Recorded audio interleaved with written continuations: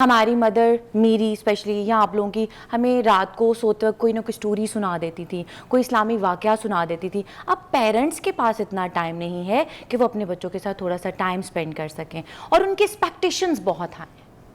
क्या एक्सपेक्टेशंस हैं जी?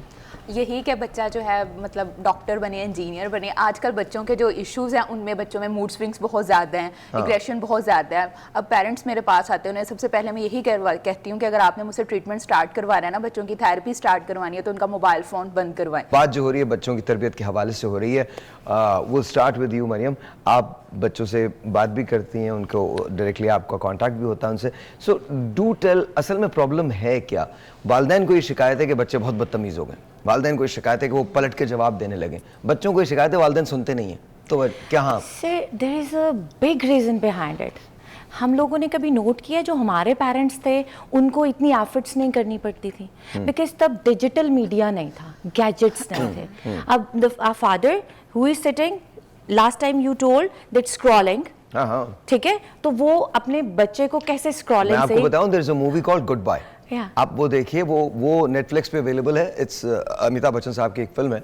ऐसा नहीं प्लीज, मुझे मतलब हर आदमी हर चीज देख रहा है, तो मैं वैसे बता रहा हूँ, उसको आप देखिए। वो जिक्र है एक एक वहाँ एक फौतगी हो जाती है, उसका उनकी वाइफ मर जाती हैं, तो उनको दफनाने के लिए उनकी जो समाधि है वो लेके जा रहे होते हैं, तो उसमें जो उनकी चिता वगैरह जलती है, उसके बाद वो जो मनाजिर है ना कि वहाँ चिता रखी हुई है और लोग अपने मोबाइल पे कोई सेल्फियाँ ले रहा है, कोई कुछ बना रहा है, कोई कुछ बना रहा है। This is exactly how we have become. या वी आर डूइंग एग्रीड। तो बिल्कुल सही कह रही हैं आप। तो फिर इससे निकला कैसे जाए? मतलब फर्स्ट ऑफ ऑल तो हमें पेरेंट्स को एजुकेट करना है। पेरेंट्स बहुत सारे ऑफिस में आते हैं बच्चों के डिफरेंट इश्यूज लेकर, लाइक कि वो बात नहीं सुनता और मेरी बात मानता नहीं। वो कितना टाइम अपने बच्चे के साथ स्पेंड करता है?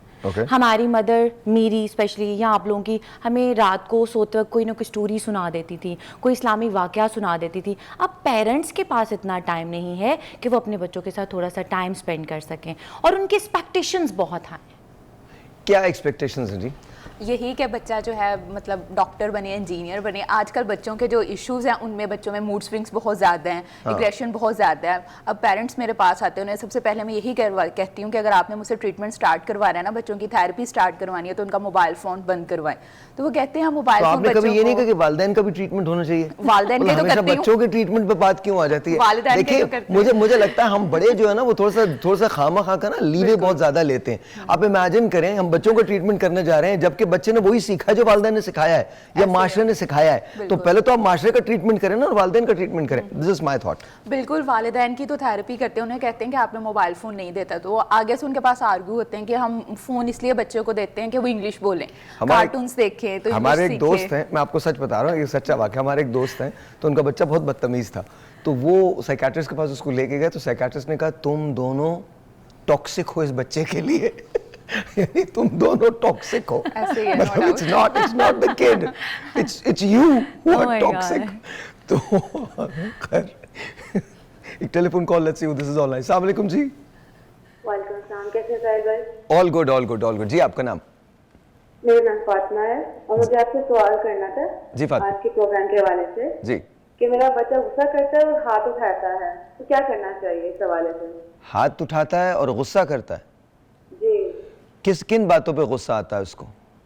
छोटी छोटी बातों पे गुस्सा करेगा, अगर हल्का सा मना कर दो तो वो अजीब सा रिएक्शन देने शुरू कर देगा। और क्या बात जायज भी हो तो फिर भी गुस्सा करता है। और क्या उम्र है उनकी? उनकी उम्र 10 साल। 10 years। ओके डॉक्टर साहबा, इनका क्वेश्चन ये है कि बच्चा बहुत ज़्यादा गुस्सा करता है। अब जब भी कोई और हाथ भी उठाता है। जब भी कोई बिहेवियर आता है उसके पीछे एक रूट कॉज होती है। अब वो रूट कॉज इन्होंने देखनी है कि क्या वजह क्या है। बिला वजह बच्चे गुस्सा नहीं करते।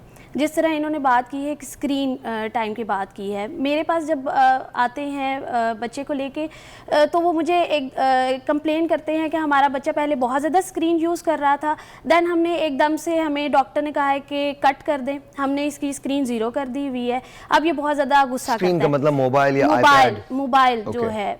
अब देखें, अगर आपने स्क्रीन भी 0 करनी है तो उसका भी एक तरीका है, मेथड है। आपने ग्रेजुअली टैपर ऑफ करनी है। एकदम से एक चीज़ बच्चे से आप ले लेंगे, बच्चा इतना एडिक्ट है वो खाना भी खा रहा है, वो स्क्रीन देख रहा है। वो आप कोई काम कर रहे हैं, फिर भी आपने उसको स्क्रीन दे दी कि बेटे आप ये ले लो, मैं ये काम कर लूँ।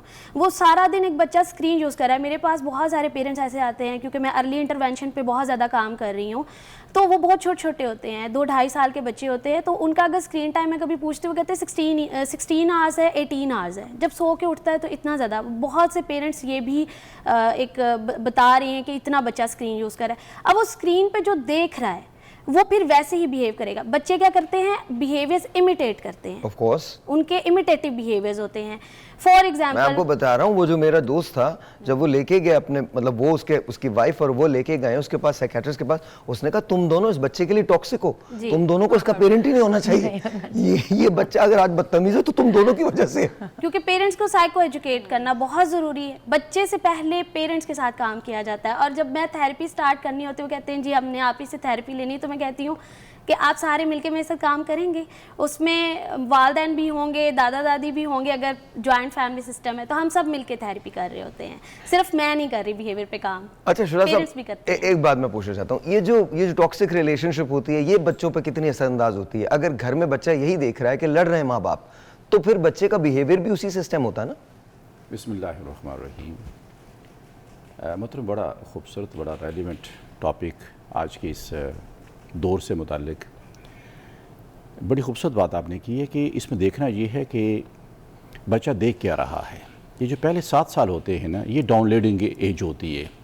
बच्चा इसमें डाउनलोड करता है जो कुछ उसको अवेलेबल है। अब जिस एज की हम बात कर रहे हैं, हम 2 एजेस को कंपेयर कर रहे हैं। जिस एज में हम थे, हमारे पास लिमिटेशंस थी, इतना एक्सपोजर नहीं था। अब जितना एक्सपोजर है उतना कंट्रोल नहीं है, उतना उसको हम जो है ना मैनेज नहीं कर पा रहे। पहले हम स्कूल की हद तक थे, कॉलेज की हद तक थे, पेरेंट्स के साथ थे, बाज़ार में चले गए, शादी गमी थी। अब पूरी दुनिया जो है वो हमारी रीच और रेंज के अंदर है। बिल्कुल। अब वहाँ से जो कुछ भी आ रहा है उसको फ़िल्टर नहीं कर पा रहे हम लोग। अब वो क्योंकि बच्चे का 7 साल की जो एज है, यहाँ बच्चा सिर्फ डाउनलोडिंग करता है, उसको नहीं पता कि वैदर इज राइट और wrong. In the mean time बच्चे की हैबिट्स डेवलप हो चुकी होती हैं। ट्रेनिंग असल में क्या, हैबिट फॉर्मेशन का नाम है।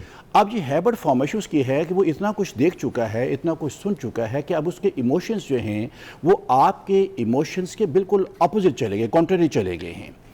अब हमारे इमोशंस और उसके इमोशंस के दरमियान कहते कोलिजन होता है, एक तसादम होता है। वो इस बात को एक्सेप्ट करने की तैयारी, जो उसने देखा है, जो उसने सुना है, वो मैंने सुना नहीं है, देखा नहीं। उसे दो कल्चर्स के दरमियान कंफ्यूज हो गया। दो कल्चर्स के दरमियान जो है एक टेलीफोन कॉल शुजा साहब, फिर उसके बाद बात करते हैं। अस्सलाम वालेकुम जी। जी आपका नाम? मैं जीनत बात कर रही हूँ मुल्तान से। जी कैसी हैं जीनत, आप ठीक हैं? हेलो जी जी कैसी हैं आप?